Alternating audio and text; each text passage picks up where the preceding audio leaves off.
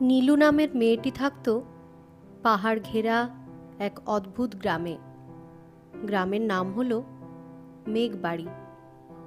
এই গ্রামের আকাশে সারা বছর ঝুলে থাকত হালকা রঙের মেঘ। বৃষ্টি হতো না, রোদ উঠত না, শুধু মেঘ, নরম তুলোর মতো, যেন কেউ ওপর থেকে ঝুলিয়ে রেখেছে। নীলু ছিল একটু অন্যরকম। সে যখন কাঁদত তখন মেঘেরা নিচে নেমে তার কাঁধে বসে তাকে সান্ত্বনা দিত। আবার যখন সে হাসত তখন আকাশে হালকা রং ছড়িয়ে পড়ত, যেমন হালকা ল্যাভেন্ডার, গোলাপি আর নীল। গ্রামের লোকেরা বলতো এই মেয়ের ভেতরে আলো আছে, কিন্তু কেউ জানতো না আসলে কি আছে।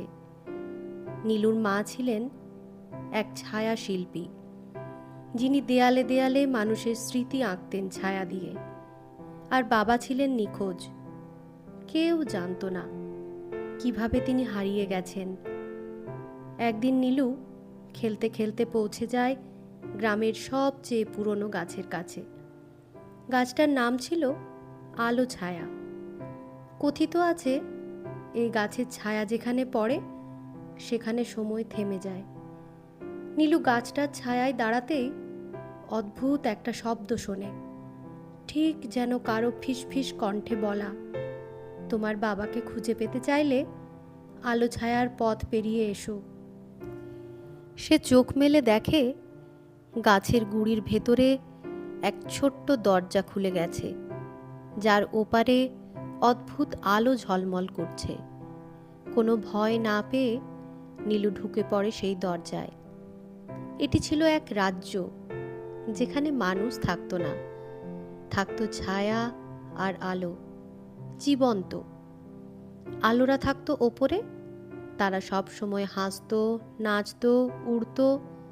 আর ছায়ারা থাকতো মাটিতে, নীরবে চলাফেরা করতো, কারো পেছনে লেগে থাকতো, কিন্তু তারা কিছু বলতে পারতো না।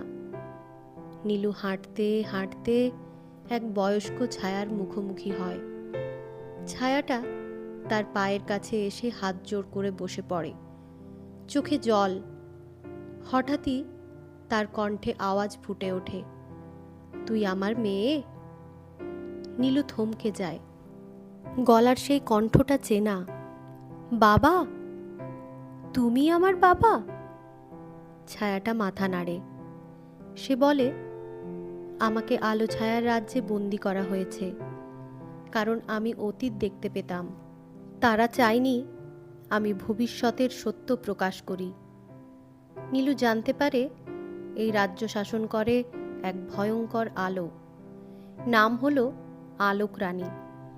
তার কাজই হলো যেসব মানুষ অতীত ভুলতে চায় না তাদের ছায়া বানিয়ে এখানে বন্দি করে রাখা। নীলু ঠিক করে সে তার বাবাকে ফিরিয়ে আনবেই। সে পৌঁছে যায় রাজপ্রাসাদে, যেখানে সব আলোরা হীরের মতো জ্বলজ্বল করছে। আলোক রানী এক বিশাল স্বচ্ছ সিংহাসনে বসে থাকে। নীলু বলে, তোমরা যাকে ছায়া বলো তারা সবাই কোনো না কোনো কষ্ট থেকে তৈরি। তাদের ইতিহাস আছে। তুমি আলো দিয়ে তাদের ভুলে যেতে বলো, কিন্তু আমি ভুলতে চাই না। আমি আমার বাবাকে চাই। আলোক রানী হেসে ওঠে, তুমি তো আলো ছায়ার নিয়ম ভেঙে ফেলেছ, এখন নিজেও ছায়া হয়ে যাবে। নীলু তখন নিজের বুকের ভেতর হাত রাখে, যেখানে তার মায়ের আঁকা ছায়ার ছবি ছিল। সে সেই ছায়াকে ছুঁয়ে বলে, তোমার আলো যতই ঝলমল করুক, ছায়া ছাড়া সেটা কিছু নয়। ছায়াই তো আলোর উপস্থিতির জানান দেয়। এই কথায় পুরো রাজ্য কেঁপে ওঠে। আলোরা থেমে যায়। ছায়ারা একে একে কথা বলতে শুরু করে। কেউ বাবার কথা, কেউ মায়ের কথা, কেউ ফেলে আসা সন্তানের কথা বলতে থাকে। রাজ্য এক বিশাল কাঁপন অনুভব করে। আলোক রানী অদৃশ্য হয়ে যায়, তার আলো নিভে যায়।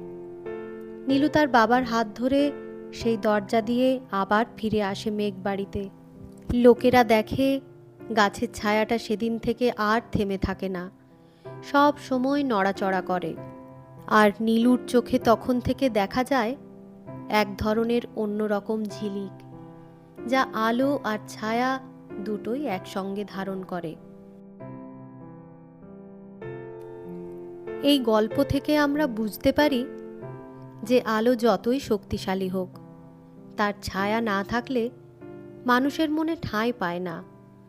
অতীত, কষ্ট, ভালোবাসা সবই একসাথে মিশে থাকে আমাদের ভেতর, আর তা ভুলে গেলে মানুষ থাকা যায় না।